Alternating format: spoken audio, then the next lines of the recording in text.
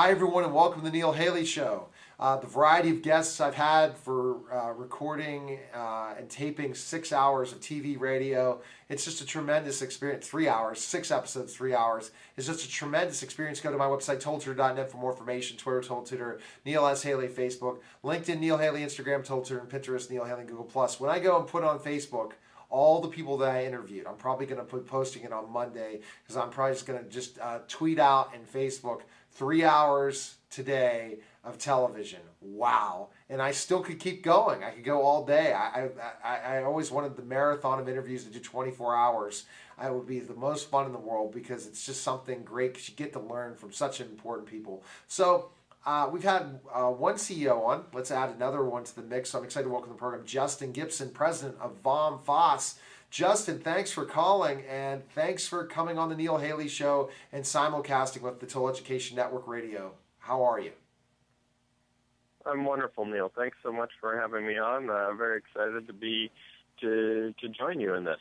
Sounds like fun. Oh, it definitely sounds like fun because I always like to learn about companies and learn about specific things. And it seems like I'm going back to the roots of when I first started the Total Education Hour in the radio studios where I would interview different brands and franchises and different things. So I'm glad to kind of go back into that realm again because everything interests me to learn from specific people. So before we jump into what you do, Justin, your whole life, did you think you would be a president of a company? Is that something that you envisioned when you were a child? No, I would probably say that's not exactly what my vision was. However, I wasn't, it's not too far from who I was at the base. I mean, I've always enjoyed great ideas and innovations and been very entrepreneurial throughout my childhood and early adulthood. So I've always enjoyed being in business and growing something great and nurturing a great idea. So how did you learn entrepreneurship at a young age? Who taught you? Was your family have an entrepreneurial mindset? Definitely. My father was a big role model in that. He had owned his own businesses throughout his career, whether it be a bookstore or he had some other businesses along the way on the side as we were kids and things like that. So I'd always seen his entrepreneurial spirit, and mine kind of took off from there naturally with, the basics, sort of having your own lawn mowing business and that sort of thing, and then into college and such, tried a little bedlock business with a friend of mine. So yeah, definitely in my vein. Do you think watching an entrepreneur growing up, Justin, helps you in that process? I think that's why we don't have that many entrepreneurs in this country, or they're self-employed and this is their business and things like that, because they don't really see anyone modeling this. Getting to see your dad work in the trenches or work is a great, I think, a great role model for you to see that, right, growing up. Because a lot of times we don't see our fathers work. We don't understand what they do and stuff. Would you agree? Oh, absolutely, absolutely. And I'm actually lucky enough to have my father now as my business partner. So even better that way. In the story of those things. So once you knew this is something I'm probably going to want to do is entrepreneurship and different things, when you were going through school, how did you kind of study up on things, especially in high school and elementary and middle school and stuff? Were there books you were already reading on entrepreneurship or different people that were role models of yours because of that kind of mindset you had? Yes, and I think just a general development of leadership and work skills is also very important.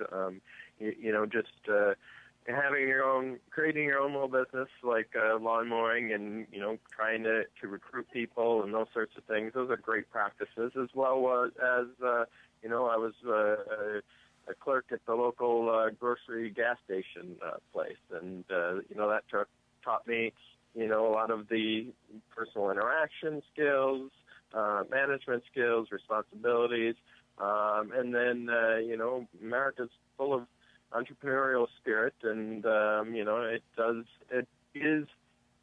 take courage to do, but it's also extremely rewarding. And I think as you get to reap the rewards of your own hard work, you can really appreciate that. Definitely, reaping the rewards of your hard work in those ways, lawn mowing business, and seeing that you had to provide a great service. I had my brother-in-law mowed my lawn at my house for so long, and then I hired a company, and he decided to have someone else do it for him, and it wasn't a great job. Won't mention that company on air, trust me, because he promises he'll fix it up. But my wife comes home and says, "What? So Justin, if you didn't mow lawns well, you knew that quality of service was important then, right? Once you were doing that." Absolutely. Yeah, that's how you grew your business. The neighbor looked across and saw that his neighbor's yard was getting mowed nicely, and would talk to him about it, and that's how you grow your business. You learn how to get out and promote yourself and sell your business. Definitely. So Justin, through that process and then going on, what did you major in college? When you said you went on to college after high school and stuff, right? Mm-hmm. Economics. Economics. Okay. What school did you graduate from? University of Wisconsin, Milwaukee. Okay. And so you're economics, and then at that point in time, did you go and work in the private sector before kind of developing in some of the entrepreneurship ventures? Yeah, in between my undergrad and my master's, I worked in a restaurant business for a while, and grew myself up from serving to catering manager and then to general manager.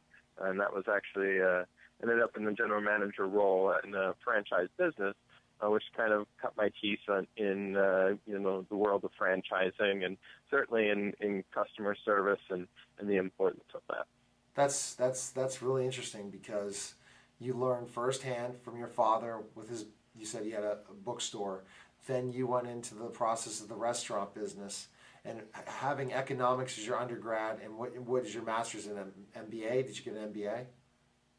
No, the master's was in economics as well. Oh, economics as well. You were learning about, you probably are the kind of person when you started your first business, you're really looking at the numbers. You were definitely, I'm sure, a numbers guy.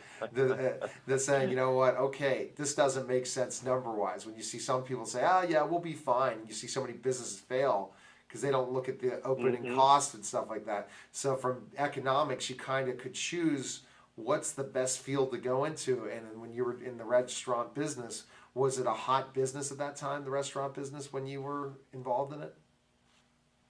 Absolutely, yeah. It continues to be a hot business. The restaurant world is a great, fun, and engaging world. But I've actually enjoyed the move over to retail as a bit simpler version of that, and the customer experience at Vom Fass is so amazing. Oh, absolutely. The customers' love of it. Well, that's great. I can't wait to hear about that, but always looking at the journey as we're get the opportunity to talk for 26 minutes, Justin. I'm able to take that first segment, figure out your passion, and why you're doing what you love now. So it's a lot of ways we have to go and have our experiences in life and take our journey in certain ways. My journey is this very strange journey to going and playing college basketball, to becoming a professional wrestler, then going on and becoming a teacher, then owning a tutoring and consulting company, and then getting back into the entertainment field, and as now just an entrepreneur as well, to learn through all my experiences. And then those experiences teach us to do what we love now. It's such an important thing. Absolutely. And that's what it sounds like for you as well, Justin. So you went in the restaurant game. You had success in the restaurant game. What made you want to, partner with your father for Vom Fass? Give us that story. After I had just such an amazing tasting, and it really opened my eyes to such a different world of taste and experience. And I was also able to get so many gifts for everybody in one place. It just really resonated with me. And then the memory of knowing that I wanted to start a business with Dad, I just knew that this was what we were going to do, to get the idea home to him. And then after a couple of years of due diligence and figuring out how to bring the alcohol concept in the U.S., we were able to bring the concept over together, and it's been been the reception we had hoped for. All right, well, that's it's a tremendous story to say the least, and then finding something. And I guess you partnered together your idea of the restaurant business and understanding the taste, and then his tastes in the retail game and books, and putting those two things together makes a very formidable group to go and take it to the U.S. for sure. That's what it sounded like in the story. Exactly. Yeah. Yep. Well, you're right. You were right before when you were mentioning, sort of the holistic experience that you have in your life. It's amazing some of the pieces that you end up bringing together in a future endeavor you never really would have guessed would have had application in the future, and somehow it really all lends itself together to make it successful. Definitely, Justin. So in that process, when we get back, we're going to kind of jump right into more about, I guess, starting it out in the U.S. and then the whole franchise experience in certain aspects, and how the growing franchises are coming in the U.S. in so many ways. And that process is interesting, and I kind of want to explain, because we see franchise opportunities everywhere, Justin, in all types of businesses. What, in your economic game, and as a business expert in so many ways in economics, understand what's a good choice to go ahead and purchase a franchise, and which ones are the right ones? What makes a successful one and not? Okay, you're watching the Neil Haley Show. When we get back, more of Justin Gibson, president of Vom Fass. We'll be back in just a moment.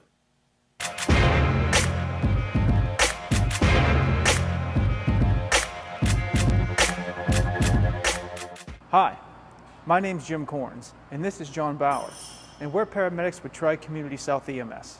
This year, EMS Week is May 17th through May 23rd. Tri-Community South EMS would like to use this week to start our campaign on distracted driving. Distracted driving has been called an epidemic. Unfortunately, many of us drive distracted. So what is distracted driving? It is driving while engaged in any activity that could divert a person's attention away from the prime task of driving.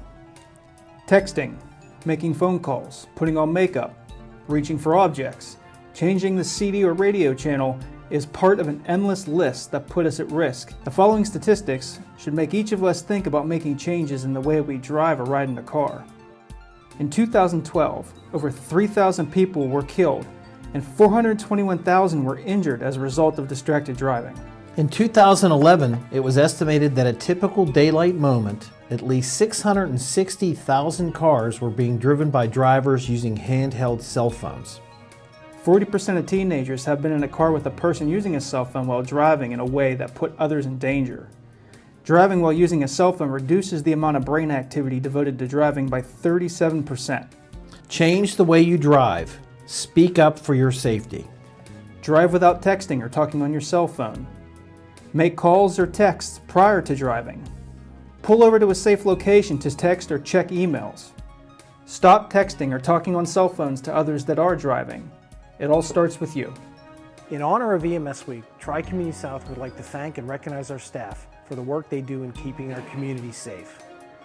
For more information on Tri-Community South EMS, our CPR classes, or our Speakers Bureau, visit tcsems.org.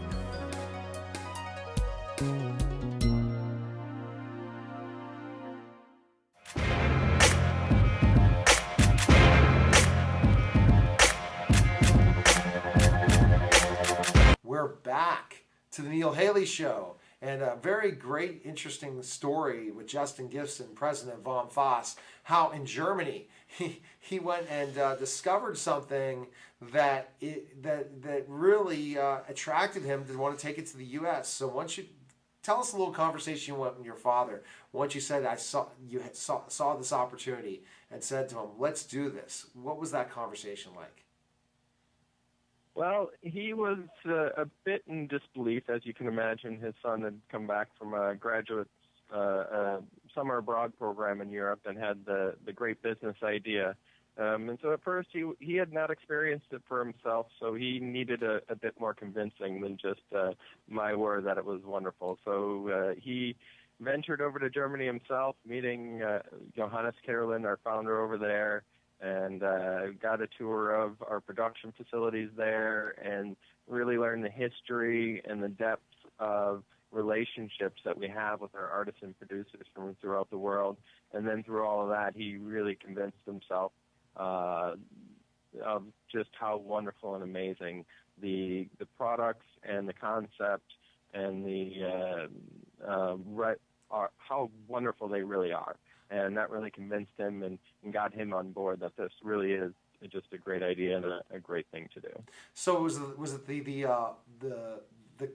was he still in the book business when he made this decision to go with you and Vom Fass? No, he'd been done with the book. He'd done another business in between then, and he'd actually been working with the federal government on some community and rural development business projects, and so he'd actually taken early retirement and was in a great place to do this with me. So, Justin, once you decide to purchase a franchise and bring it to the U.S., tell us specifically enough, how was the support? Because one thing when I think about franchises, before I decided to start my own tutoring and consulting company, I thought of buying a franchise. Went to my brother-in-law, had a conversation with him, and he was like, I can't put that kind of money down. Luckily, I built a brand that now seems like a franchise, and talking to two franchisees today makes me an idea. At one point, maybe I will try to make Total Tutor a franchise in expansion when I grow too large.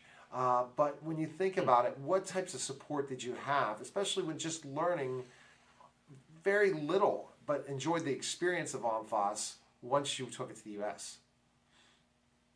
Sure. Well, we did quite a bit to continue the process of learning and educating ourselves on the system. We went over and spent time at Vom Fass headquarters in the Bavarian region of Germany, and learned about taste and products and conceptually about scotches and brandies, oils and vinegars, and all of the different product assortments. And then we actually spent time in the shops over there in Europe, actually learning from the shop owners and seeing the daily operations, learning best practices, and then brought all that back to the States. And then actually Thomas Sterling, Johannes' son, came over with the international CEO and spent quite a bit of time here, a couple months, helping us get the first store open, making sure we had all that depth of product knowledge and systems that they had developed in Europe for best practices to make sure we were ready to get going and get going quickly. How important was it to have the people at Vom Fass help you get started? Because you purchase franchise sometimes. Here's the thing. Here's our but we aren't going to give you any direction. This is something that definitely gave direction for sure.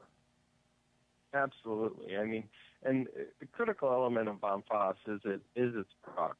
It is the relationships that we have with the generational families who have been producing our oil. You know, they've had these olive vineyards for generations, or Armagnac producers. Literally, you know, I've met the family, 6 different generations long, still producing this Armagnac. And Johannes developed these close relationships with these artisan, unique craft distillers, and having that is just huge. You can't duplicate that from here in the U.S. So having this product supply and then the uniqueness of concept of the sampling of everything in bulk, so people can choose their own container and only buy as much or as little as they want, and so the experience of taste with the quality of products and the systems they had developed were hugely important and would have taken us, many, many years to, probably 10, 20 years to try and duplicate, and we probably still would have fallen short. So definitely a critical element to work with Vom Fass in Germany. Many moons it would have took you for this idea. And then educating the buying public in the United States, was that a challenge about the products? Certainly. Yeah, we've found ourselves on the front end of many, many trends. Similar to myself, a lot of people don't have a great opinion of vinegar, and so the idea of tasting vinegar by itself is often, a little nervous. People don't quite trust it until they have that taste and they're blown away. But we found ourselves on the front end of vinegar cocktails now they're making, or vinegar drinks, shrubs, and then also the Mediterranean diet trend, and craft cocktails, and wine, of course, continues to be strong. So we've found ourselves, as a trendsetter, and then teaching people about that. People don't know what a shrub is necessarily, and so we are a great resource to educate people. We take people on Scotch tours just right there in the store. We have 10 different Scotches for tasting, so we'll take you on a tour of from northern Scotland, the Highlands, down to the Islay region, and teach you the difference. And what when you hear the word peaty Scotch, we'll teach you what that means. That's part of what we do, is our education and helping people explore new tastes and products from around the world that are just unique and quite amazing. And that's the thing, is the products that are found around the world is what makes Vom Fass different from other types of businesses involving, certain types of the products that you have, because they're just so interesting when you talk about Scotch, and how many people are interested in really talking about the history of it and how it ages, or what makes this such a better option, and how can you find this real interesting product that really you can't find in your corner store, right? That's the fun thing about this, and that your store, how it offers that education and taking you places, for sure, in so many ways. And when you look at all the different, from the wines, the spices, the spirits, the vinegars, the oils, it's a wide variety of different things. Do you see what I'm saying? It's not like, okay, we're just focusing on the wines and the other spirits. We're focusing on things that people love in their cooking, that what makes European cooking great, compared to the U.S. in so many ways. Absolutely, yeah. Vom Fass is German for from the cask, so that kind of ties everything together. The cask-aged vinegars, the cask-aged wines, the cask-aged spirits, and so that kind of formed the basis of the concept. And then from there, you're right, it's finding all the unique, interesting, unusual tastes of the highest quality from the Mediterranean, and from that European area, of just delicious products that really have had the time taken by the artisans themselves. I mean, these producers truly are artisans. You meet them, and they have such a passion and drive to produce these products. And just the quality that is derived from that is just outstanding. And these are people who truly took the time to make the product right. That customer experience is so important. And the store, where is that located in the United States? Either Vom Fass store. Where is that? We actually have 25 stores throughout the U.S. Okay. Yep. So we're actually pretty well established, but expanding quickly as well. So what areas is there any near? You don't have one in Pittsburgh, do you? I would have not. No, I'm sorry, not one in Pittsburgh yet. You guys have most of your spirits, I believe, sold by state-controlled liquor stores. Oh, that's what slows it down. A little difficult there. Yeah. So, is there one in Ohio or West Virginia or somewhere where people? You have a shop there in Ohio or West Virginia? Just on the other side of Columbus in Kentucky, Crestview, Kentucky, we have a shop. Wonderful franchise partners down there, Jeff and Jim, and they have a great shop there in Crestview. Interesting. And so you take what you've done and then adding more franchisees shops across. So kind of for our listeners to understand this more, and viewers, you have taken the company Vom Fass to the U.S. and then have given franchisee opportunities for shops in the U.S., correct? Am I on the right direction of how it's kind of... Exactly. So that you've partnered with Vom Fass Germany, bringing it to the U.S., and now you're looking for more franchisees, operators to come with you to Vom Fass, right? Absolutely. Yeah, we're we're expanding throughout the country and looking for other excellent franchise business partners who want to bring Vom Fass to their community and really enjoy that inner people, educating people on a love of food and drink, involved in that, bringing that world to other people who really can run a great shop and like that intimate sort of environment. Okay, so where's the best place we can find information on you, learn more about Vom Fass and everything? Where can we go? VomFassUSA.com. VOMFASS USA.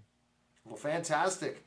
Best of luck, Justin, with all your ventures, and it's quite interesting, and I'll have to check out all the different shops, and when I'm in that city, come by and check it out and make sure I'll use the social media saying, hey, Justin, this is where I'm at right now, checking out one of the shops. So thanks for calling. I look forward to that, Neil. You will, I promise, have an outstanding time, and you'll be very impressed, and you'll love it. All right, well, take care. Good talking to you. Thank you. All right, that was the Neil Haley Show. Go to my website, totaltutor.net, for more information. Twitter, Total Tutor, Neil S. Haley, Facebook. And what a great show. Look forward to next week's show with some more great guests on the Neil Haley Show. Who will be next? You have to tune in to check it out. Good day, everyone.